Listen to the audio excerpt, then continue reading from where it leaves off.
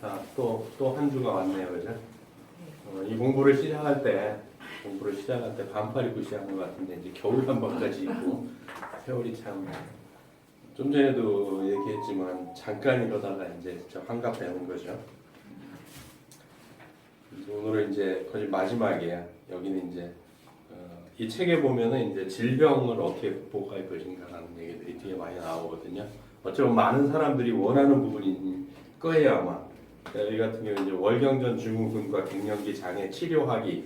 이분은 의사니까 이제 이렇게 표현을 할 수 있는 거죠. 이 책에 의하면 오늘은 이제 이런 질병과 영양학적으로 어떻게 개선을 시키는지에 대해서 공부를 좀 마지막으로 하게 될 거예요. 월경전 증후군 치료하기. 이게 이제 되게 이제 그 증후군 겪는 여성분들이 되게 많잖아요. 굉장히 많은 걸로 알고 있는데 그게 이제 일단 호르몬 문제로 시작이 되기 때문에 여러 가지 문제들이 발생을 하는 거거든요. 발생을 하는데 이 책에 보면은 비타민 B군이에요. 비타민 B군. 여기서는 이제 B6, 피리독신이라고 하는 거. 비타민 B6, 피리독신을 섭취를 하게 되면 짜증과 설탕 섭취를 줄여준대요. 그러니까 이게 참 중요한 영양소예요. 비타민 B군이. 그 다음에 이제 달맞이꽃 종자유, 염증을 치료하는 거죠. 그 다음에 이제 생선기름. 생선기름 대표적인 게 뭐예요? 오메가3인 거죠. 그 다음에 마그네슘. 또 뭐 태아닌은 어디에 많냐면 녹차에 많이 들어있는 성분 중에 하나거든요. 그러니까 이런 것들이 월경전 증후군을 많이 좀 낮춰준다는 얘기고, 이제 갱년기 장애 증후군 같은 경우도 몇 가지 이제 허브들이 나와요. 허브들이 나오는데 아마 앞에 얘기한 아마가 아니고 앞에 얘기한 비타민 B군하고 이런 것들을 섭취하시게 되면 그런 것도 이제 많이 좋아질 거고, 이 책이 참 재밌는 게 남성 갱년기를 이기는 호르몬 요법 뭐 이런 것도 있어요. 남성도 갱년기를 겪는데 여성만큼 겪지 않는다라는 것 때문이지 남성도 이게 겪거든요. 그러면 여성은 에스트로겐이 줄어들어서 겪는 케이스가 대부분이고, 그럼 남성은 무엇 때문에 갱년기를 겪을까요? 남자도 호르몬이 줄어드는 거예요. 뭐 테스토스테론이 줄어드니까 상대적으로 에스트로겐 수치가 올라가게 되거든요.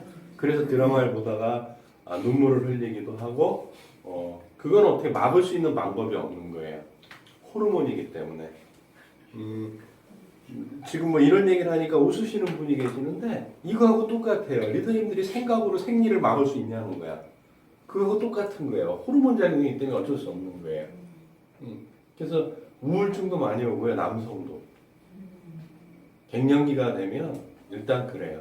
그리고 말이 많아지고 머리카락이 얇아지고 목소리가 얇아져요. 남성들 같은 경우. 여성들은 반대로 가죠. 목소리가 굵어지고 그렇게 가는 거예요. 호르몬 때문에. 그건 어쩔 수 없는 거고. 또 이제 그 다음에 10장에 나오는 게 뭐냐면 불안 증세가 일어날 때, 설탕이나 이런 것 때문에 불안 증세가 일어날 때, 이제 이 책 161페이지를 보게 되면 설탕 중독에 빠지면 흔히 불안 장애를 겪는다. 왜 그럴까요? 뇌가 안정적이지 않기 때문에 그렇거든요. 불안해지는 거예요. 설탕이 중추신경계를 파괴하기 때문이다. 신경계니까 결국 어디를 무기력하게 만드는 거예요? 뇌를 무기력하게 만드는 거죠. 그 다음에 이제 이 외에도 설탕 중독이 불안을 야기하는 이유는 더 있다. 만성적인 스트레스에 시달리는 사람이 설탕을 과도하게 먹으면 스트레스를 조절하는 부신이 과로하게 된다. 그래서 결국은 또 더 불안해지는 거죠.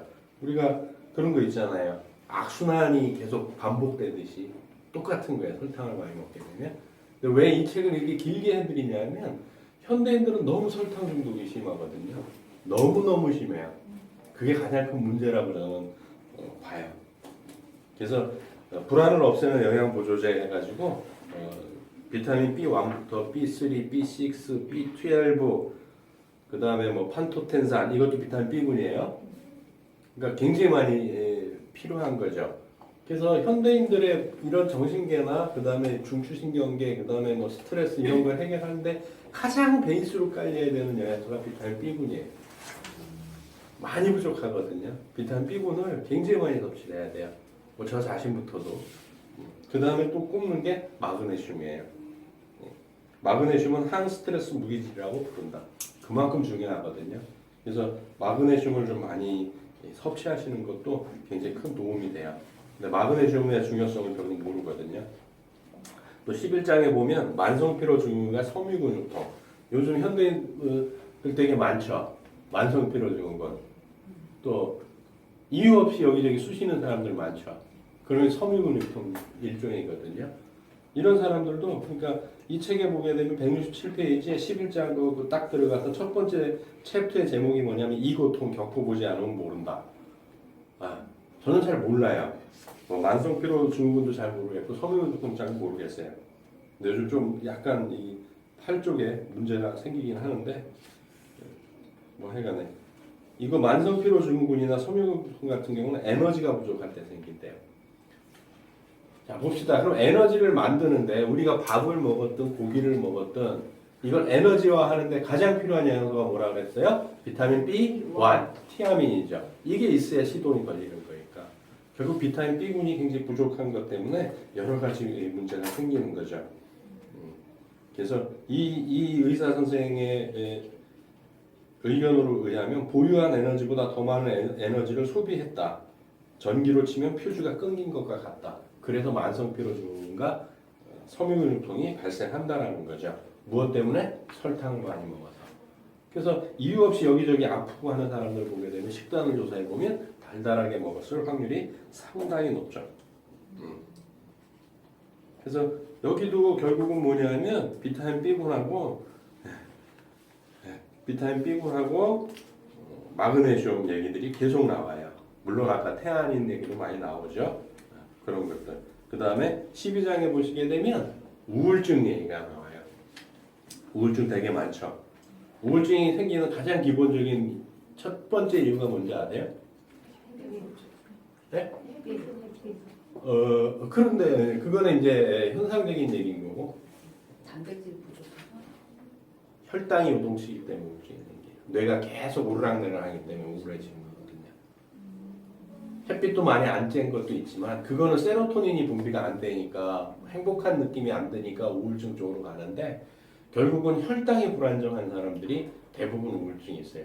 그러면 꼭 입구를 시키는 문제는 아니지만 우울증이 있는 사람들을 보게 되면 뭐가 있을 확률이 상당히 많아요? 저혈당증이나 당뇨 쪽에 있을 확률이 상당히 높은 거죠. 그러니까 무엇을 먹었는지 뒤져보면 그 사람이 왜 우울증이 생겼는지 이런 것들이 나올 수 있죠. 자 봅시다. 빈둥지 증후군이 생기면서 가장 많이 생기는 게 뭐예요? 우울증이죠. 이제 자식들 다 커서 내보내고 남편도 뭐 밖에서 사회생활 하는데 나는 뭐지가 떠오르는 거죠. 그러면서 그 당시 이제 먹는 거나 이런 패턴들을 보게 되면 어때요? 여성들이 중년에 들어가서 이제 나를 찾으면서 스트레스가 쌓이니까 밥도 정확하게 안 차려 먹거든요. 그냥 물 말아서 김치 하나에다 후딱 먹어 치워버리고 이러다가 배고프면 뭐 먹어요? 이제 달달한 걸 찾기 시작을 하는 거죠. 그럼 혈당이 요동치게 되면 결국은 우울증이 악화되는 거예요. 그래서 영양은 되게 중요한 거예요. 다시 한번 강조 말씀드리지만 우리 인간은 음식을 원하는 게 아니에요. 사실은 음식 안에 들어있는 영양소를 원하는 것이지. 우리 몸이 직접적으로 밥을 먹었다고 해서 그거 밥을 가지고 에너지원으로 쓰는 건 아니거든요. 그걸 다 분해해서 탄수화물을 에너지원으로 쓰는 거고 단백질을 에너지원으로 쓰는 거고 지방은 산이죠. 지방이 아니고 지방은 산을 에너지원으로 쓰는 것이지 그 자체를 쓰는 건 절대 아니거든요. 그래서 사실은 우리가 무엇을 많이 먹어야 돼요? 풀떼기 같은 거를 사실은 많이 먹어야 되는 거죠. 근데 풀떼기 되게 싫어하죠. 많은 사람들이 뭐 코로나 사태가 이렇게 심각해도 비지 않은 집은 어디예요? 육류집이에요. 삼겹살집 어마무시하게 앉아서 삼겹살들 먹고 있더라고요. 등산 배낭 메고 평일날 한 3시, 2-3시 정도 되는데 산에 갔다 내려와서 삼겹살집에 앉아서 벌써 소주 한 3-4병에 삼겹살 구워 먹고 있어요. 대단들 한다는 느낌이 많이 들고요. 우울증에 벗어나는 것은 그러니까 이 책에 보게 되면 182페이지에 뭐라고 되어 있냐면 우울증은 단순히 가끔 기분이 저조해지고 우울해지는 증상이 아니래요. 우울증은 사랑하는 사람과 멀어지게 하고 삶의 의욕을 앗아가는 등 인생의 모든 측면을 엉망으로 만들어버린다. 증상이 심각하면 처방약만이 생명을 구하는 동아줄이 되겠지만 증상이 심각하지 않다면 다른 치료법을 생각해 볼 수 있다. 되게 슬픈 얘기죠. 이 얘기뿐이 아니고 오늘 아침 신문에도 뭐예요? 지금 독감 백신을 맞고 28명이 사망을 한 거예요. 그래서 이거 맞아야 되나 말아야 되나 되게 고민이 많고 미국이나 영국 이런 데서 설문조사한 것도 신문에 올렸지만 3분의 1이 안 맞겠다 이렇게 회의적인 반응이 지금 일고 있죠. 근데 왜 그럴까요? 전문가들은 정확한 백신이 나오는 데는 21년 정도 돼 내년 말쯤이나 돼야 백신이 나올 수 있다고 하는데 지금 급하게 막 맞히는 거예요. 이게 다 인체 실험을 거치지도 않았고 미국 같은 경우 신문에는 올리지 않았는데 미국 같은 경우에는 그 임상 실험에 참가했던 사람이 사망을 했어요. 백신 주사를 맞고 있다가. 그러니까 이건 신문에 난 얘기니까 뭐 정확하게 말씀드릴 수 있는데 임상 실험 단계에서 사람이 사망을 한 사건이 지금 일어났거든요, 미국에서. 그런데도 지금 어떻게 해요? 그냥 백신을 지금 다 맞히고 있는 거죠. 그러니까 우리나라가 위험하다는 뜻이 아니고 백신 자체에 그런 문제들이 지금 발생하고 있다는 거죠. 왜냐하면 그 전에는 임상 실험을 거쳐서 출시됐던 백신들인데 지금은 그 임상 경험 데이터가 없이 바로 지금 이제 상황이 이렇게 되니까 코로나하고 겹치니까 이러다 보니까 이런 문제들이 나오는데 앞으로는 모르겠어요. 지금 10대도 사망을 했고 70대, 80대, 90대도 사망을 하고 50대도 사망을 하고 뭐 30대도 그렇고 뭐 여러 가지 상황들이 있기 때문에 슬프다고 하는 얘기는 그거예요. 단순히 우울증 때문이 뭐 말씀드리는 건 아니고 결국은 다시 한번 말씀드리면 가장 중요한 건 뭐예요? 개인 면역을 집중을 하셔야 돼요. 그럼 개인 면역이 가장 중요한 게 뭐예요? 영양소라는 거죠. 물론 그게 다 만사는 아니지만 우리가 무엇을 먹느냐에 따라서 정말 개인 면역을 끌어올릴 수 있느냐, 우울증에 안 걸릴 수 있느냐, 뭐 단순히 한 가지만을 얘기하는 건 아니에요.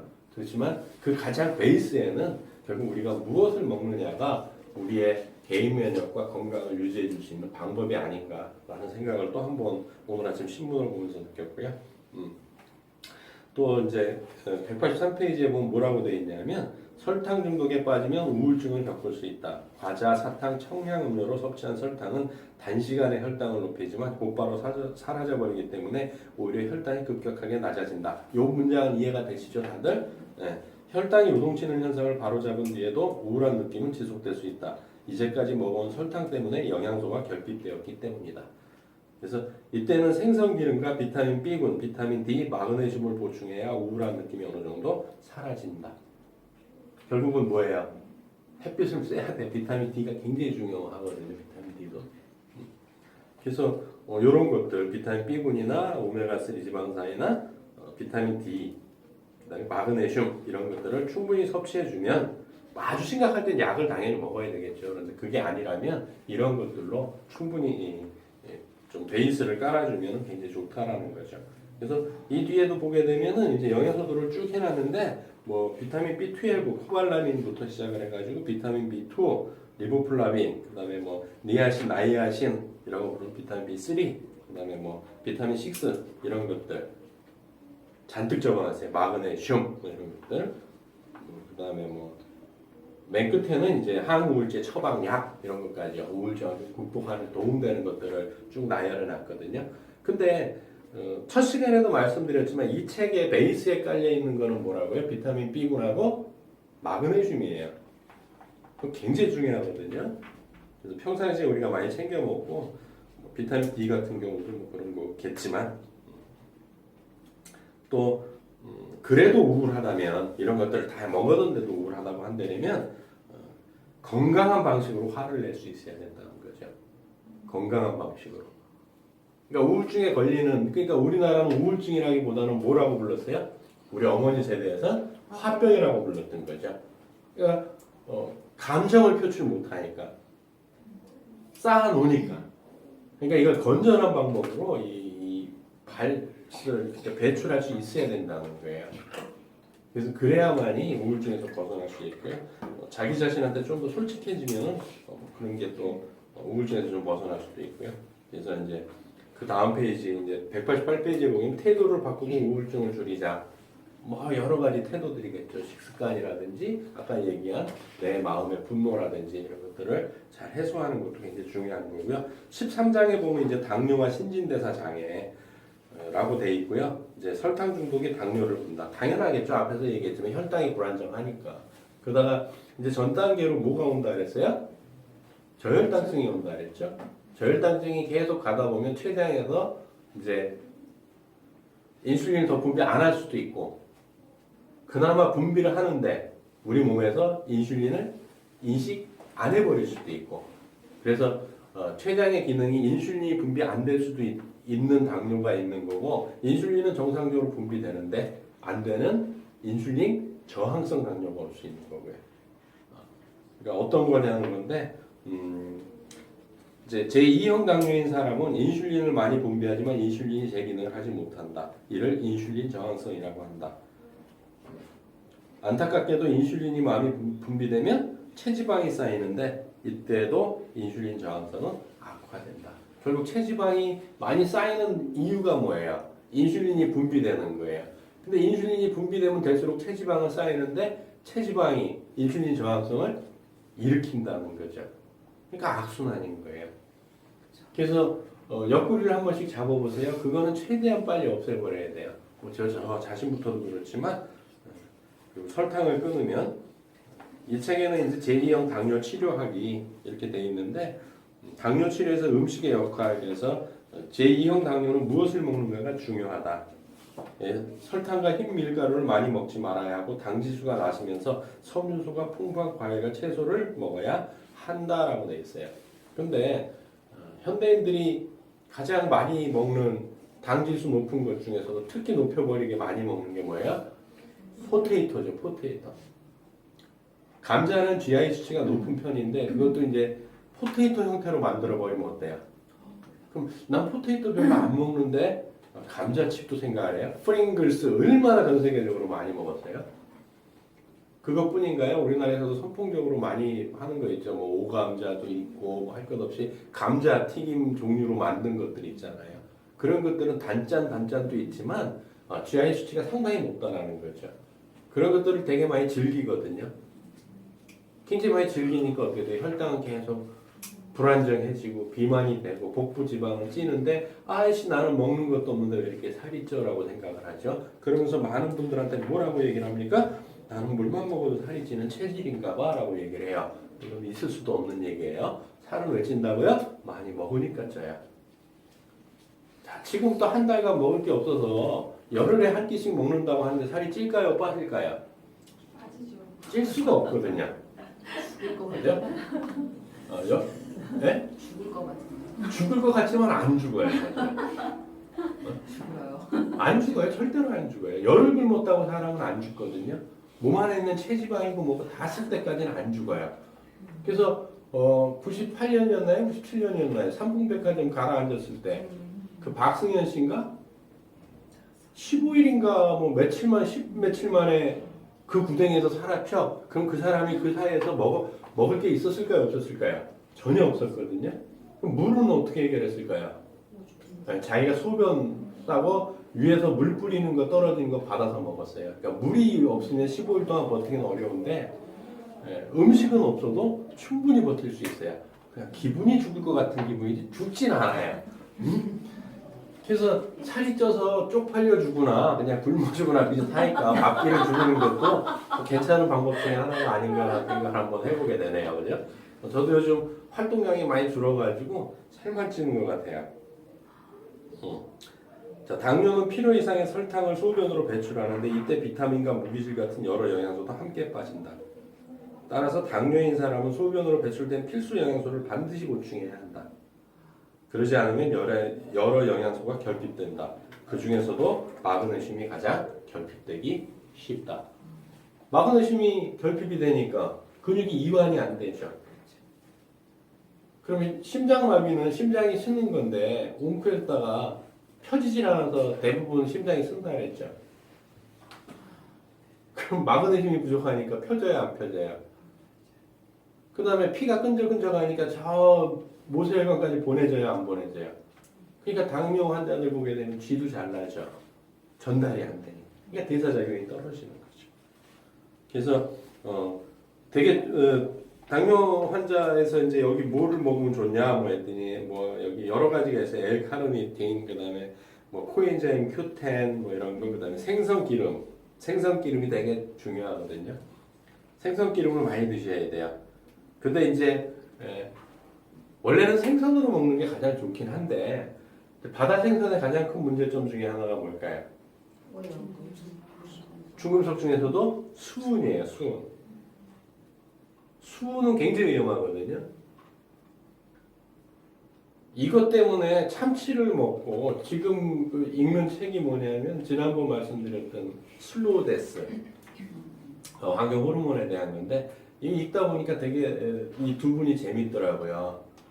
자기 몸에다가 이런 방에다가 뭐 진짜 뭐 커튼 해가지고 막 그런 화학 약품이 들어간 것들을 잔뜩 넣고 참치 샌드위치에 참치회 막 이런 걸로 먹고 자기 몸에 직접 실험을 한 거예요. 하기 전에 피를 뽑아서 중금속 수치 그걸 실험을 하고 며칠 뒤에 피를 뽑아서 검사를 하고 해가지고 근데 참치 샌드위치하고 참치회 그러니까 초밥을 먹고 했는데 700배 이상이 증가해요. 수분이.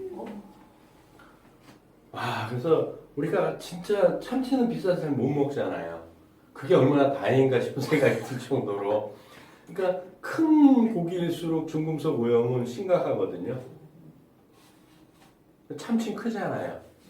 큰 거는 하나 600kg까지 나간다는데. 그러니까 이런 것들을 우리가 먹으면 어떻게 돼요? 계속 수분이 쌓이는 거죠. 수분이 쌓이면 제일 먼저 타격을 받는 데가 어디예요? 신경계죠. 신경계. 근데 되게 위험한 게 이런 특히 수은 같은 경우는 뇌 장막을 그냥 뚫고 들어가고요. 탯줄을 통과해서 아이한테도 직접 전달돼 버린다라는 그런 문제점들이 생기거든요. 그래서 등푸른 생선을 먹는 게 가장 좋은 방법이긴 하지만 지금은 이제 수은이나 이런 것들 때문에 이거 먹는 것도 사실은 좀 자유롭지는 못해요. 그 책을 보면서 되게 충격을 많이 받고 있거든요.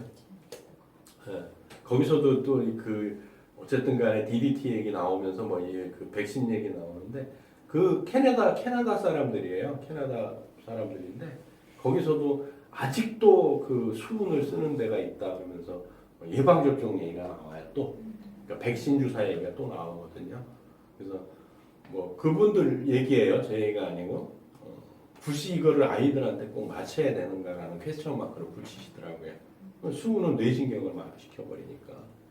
근데 이제 더 중요한 거는 그런 것들이 그 다음에 이제 방열제 그러니까 불나지 말라고 절연제들 쓰는 것들 그런 것들이 태 속까지 다 침투를 해버린대요. 그래서 기형아 출산이라든지 뭐 이런 것들을 다 유발한다고. 그러니까 이제 생선 기름을 먹더라도 어떤 걸 먹어야 돼요? 다 걸러낸 오히려 어쩌면 오메가3 지방산을 그냥 우리가 캡슐로 된 거를 섭취하는 것이 어쩌면 더 안전한 방법 중에 하나가 아닌가라는 또 생각을 해보게 됐거든요. 근데 14장에는 뭐가 나왔냐면 이제 심장병에 관련된 게 또 나와요. 심장병에 자연치료법 그래갖고 심장질환을 치료 예방하는 자연치료법 해가지고 나오는데 100년 전만 해도 심장병은 아주 희귀한 질환이었다. 근데 지금 심혈관계 질환이 되게 많죠. 여러 가지 문제예요. 그러나 설탕 소비가 늘면서 상황은 달라졌다. 설탕을 아주 많이 먹으면 인슐린 저항성과 당뇨가 생기고 마그네슘이 결핍된다. 이 세 증상은 심장병을 유발한다. 굉장히 중요한 거예요. 마그네슘이. 우리는 칼슘의 중요성들은 많이 알고 계시잖아요. 많은 일반인들이 칼슘은 너무 중요하다고 생각을 해서 하는데 마그네슘은 별로 중요하게 생각을 안 해요. 마그네슘이 없으면 안 되거든요. 물론 칼슘 중요해요.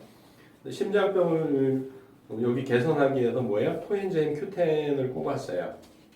심장 기능을 강화시킨다. 사실 코엔자임 Q10이라는 성분이 많은 게 췌장에도 많단 말이에요. 췌장에도 많고 조금 올라오면 심장, 조금 올라오면 잇몸, 그 다음에 뇌 이런 쪽에 많거든요. 근데 코엔자임 Q10 영양소의 특징이 뭐냐면 내 몸에 필요한 것들은 채워져야 돼요. 그래서 췌장에 필요한 만큼 채워져야 그 다음 단계인 심장으로 가요. 그래서 심장에 필요한 만큼이 채워져야 잇몸으로 가요. 그 여기까지 다 채워져야 어디까지 가요? 뇌까지 올라가게 돼 있어요. 근데 부족하게 먹으면 항상 요즘 사람들이 달달하게 먹으니까 췌장에서 다 쓰고 심장까지 갈 양이 안 되는 거예요. 그러니까 보충을 해줘야 되는 방법밖에 없는 거예요. 이건 정말 코엔자임 Q10은 굉장히 고급스러운 영양소거든요. 미토콘드리아 안까지 들어가서 항산화를 할 수 있는 유일한 영양소란 말이에요. 그래서 코엔자임 Q10은 항상 좀 많이 먹어야 되고 또 심장 건강을 위해서 예방과 치료를 하는데 이 저자는 마그네슘을 또 추천을 해요. 그러니까 마그네슘을 좀 그다음에 또 비타민 B군 복합체 또 아연, 구리, 철 이런들의 그러니까 최소한 현대인들 뭐 유럽도 그렇고 미국도 그렇고 선진국이라고 하는 거 우리 대한민국도 마찬가지지만 그래서 멀티비타민 정도 하나 정도는 우리가 집에서 좀 챙겨 먹어야 되는 거 아닌가라는 생각을 해보는 거죠. 또 생선기름 얘기가 또 나오고요. 그래서 이런 것들이 되게 중요해요. 심장은 쓰면 아주 끝나는 거거든요. 15장은 뭐냐면 갑상샘 기능 저하증. 그러니까 우리가 보통 얘기하는 갑상선이라고 하는 거. 원래는 샘이죠. 여기 이제 기능을 살려야 되는 거죠. 근데 이것도 무엇 때문에 망가진다 그랬어요? 설탕 때문에 망가진다 그랬죠. 그래서 얘를 올리는 건 또 뭐가 있을까요? 당연히 비타민 우리 대한민국 사람들은 대부분 갑상선 저하증 잘 안 걸리게 돼 있거든요. 왜냐하면 반찬 자체에 해조류가 많기 때문에. 근데 요즘은 많이 또 걸리는 사람들도 있죠. 생활 습관을 좀 뒤져봐야 되는데 어쨌든 간에 자연치료법 해가지고 나오는 거는 셀레늄을 많이 꼽으세요. 그 다음에 티로신도 많이 꼽고 이런 것들. 그러니까 티로신 아까도 얘기했죠. 그런 것들을 많이 먹어야 된다는 얘기 나오고요. 어쨌든 간에 갑상선 호르몬도 재료가 뭐예요? 단백질이에요. 단백질이니까 단백질은 하여간 많이 필요한 거고 또 16장에 보면 경련성 결장과 과민성 대장증후군 장에 관련된 거예요. 이것도 결국 뭐 때문에 그런다고요? 설탕 때문에 그런다는 거예요. 설탕. 그래서 설탕을 우리 식단에서 다 빼야 돼요. 가장 문제가 되는 게 칸디다균을 비롯한 이런 균들을 설탕을 먹으면 증식시킨다는 거예요. 아주 슬프죠. 그래서 가끔 기생충 검사도 하려는데 기생충 검사는 굳이 저 개인적인 생각이지만 하실 필요는 없고요. 그냥 비타민 B군하고 그런 걸 많이 챙겨 먹고 여기서도 마그네슘 보조제를 반드시 섭취하라고 되어 있어요. 마그네슘 굉장히 중요하거든요. 그 다음 장이 뭐냐면 편두통과 긴장성 두통. 많죠? 편두통 앓는 사람들. 되게 많아요. 의외로 많아요. 여기 앉아 계신 분도 편두통 때문에 되게 고생했을 거예요. 여기도 이제 결국은 뭘 얘기를 하냐면 편두통의 또 다른 원인 뭐 일반적으로 뭐 음식 알러지가 뭐 한다 그다음에 뭐 혈관이 약해서 뭐 이렇게 지나갈 때 그게 두통을 유발시킨다 뭐 여러 가지 설이 있어요. 밝혀진 건 하나도 없지만 이분 같은 경우는 편두통의 또 다른 원인은 세로토닌 부족이라고 또 얘기를 하대요. 세로토닌 부족하면 편두통이 올 수 있다. 그러니까 장이 건강해야 된다는 거죠. 그리고 뭐를 많이 봐야 돼요? 햇빛을 많이 봐야 돼요. 그래서 머위 이건 과일인가요? 네. 채소예요. 머위가 편두통에 상당히 도움이 된대요. 그 다음에 당연히 이분은 마그네슘.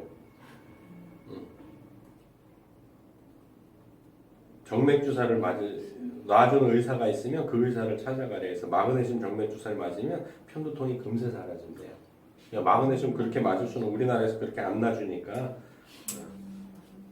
여기 보게 되면 이제 처방이 뭐냐면 편두통이 있는 사람은 마그네슘, 비타민 B 특히 비타민 B2하고 T12, 코발라민 이런 것들 먹으라고 했고 생선기름, 글루코사민, 코엔자임 Q10을 추가하면 편두통을 쉽게 잡을 수 있대요. 여기 다 마그네슘, 비타민 B, 뭐 B군 뭐 이런 얘기들이고 생선기름까지 글루코사민이 또 편두통을 가라앉히네요. 또 새로운 거네요. 또 음식 알레르기야, 편두통 이런 것도 다 비타민 B군, 긴장성 두통 이것도 마찬가지고요. 비만 당연히 설탕을 먹으면 비만이 생기죠. 왜 그래요? 칼로리가 높아서요? 그건 아니죠. 설탕을 먹으면 뭐가 분비된다 그랬어요? 인슐린. 인슐린이 분비되면 뭐가 늘어난다고요? 체지방. 그러니까 당연히 살이 찌죠.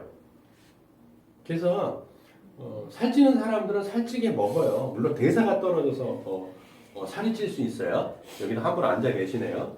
그죠? 대사가 간 기능이 떨어져갖고 이제 살이 안 빠지는 한 분이 계세요. 그런 분들이 결국 간 기능을 살리려면 결국 뭐가 필요해? 비타민 B군이 필요한 거예요. 물론 비타민 C도 필요하고 여러 가지가 필요하지만 비타민 B군이 가장 핵심적인 영양소고요. 결국은 이 책은 설탕 때문에 그 많은 질병들, 물론 단순히 설탕 때문에 이 모든 질병이 일어난다는 얘기는 아니에요. 근데 큰 비중을 차지하는 것 중에 하나가 설탕이다라는 것이죠. 근데 현대인들의 가장 큰 문제점은 모든 음식이 달다라는 거죠. 그래서 우리 생활 속에서 좀 설탕과 흰 밀가루를 제거하고 한대라면 알러지라든지 그다음에 얘기하는 뭐 당뇨라든지 그다음에 비만 이런 여러 가지 문제들, 편두통, 갑상선에 관련된 문제들 이런 것들을 좀 이렇게 약화시킬 수 있지 않을까라는 생각을 해보면서 다음 주에도 또 좋은 책을 가지고 만나 뵙도록 하겠습니다. 수고하셨습니다.